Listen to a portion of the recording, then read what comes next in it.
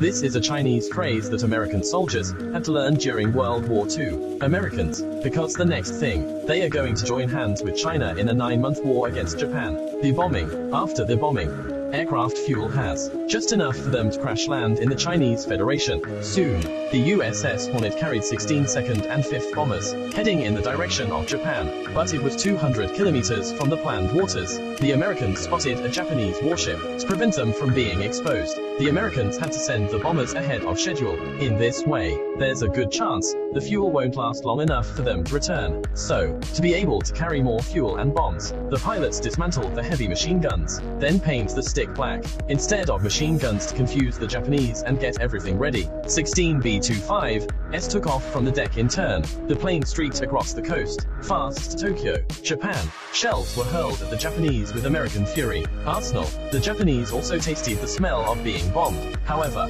this is just the beginning. Then the Americans bombed the densely populated cities of Japan. That's when the Japanese woke up. They fired back at the American aircraft overhead. To avoid Japanese anti-aircraft fire, the American planes raised their altitude. They quickly withdrew from the skies over Japan after the bombing. The following, from 1944 to 1945, in all, the United States flew 330,000 bombers, conducted an 8-month survey of 98 major cities in Japan. Mad face. But in spite of that, the Emperor of Japan still refused to surrender. The Americans were angry. Don't surrender. I'll throw you a little something to hide. So August the 6th.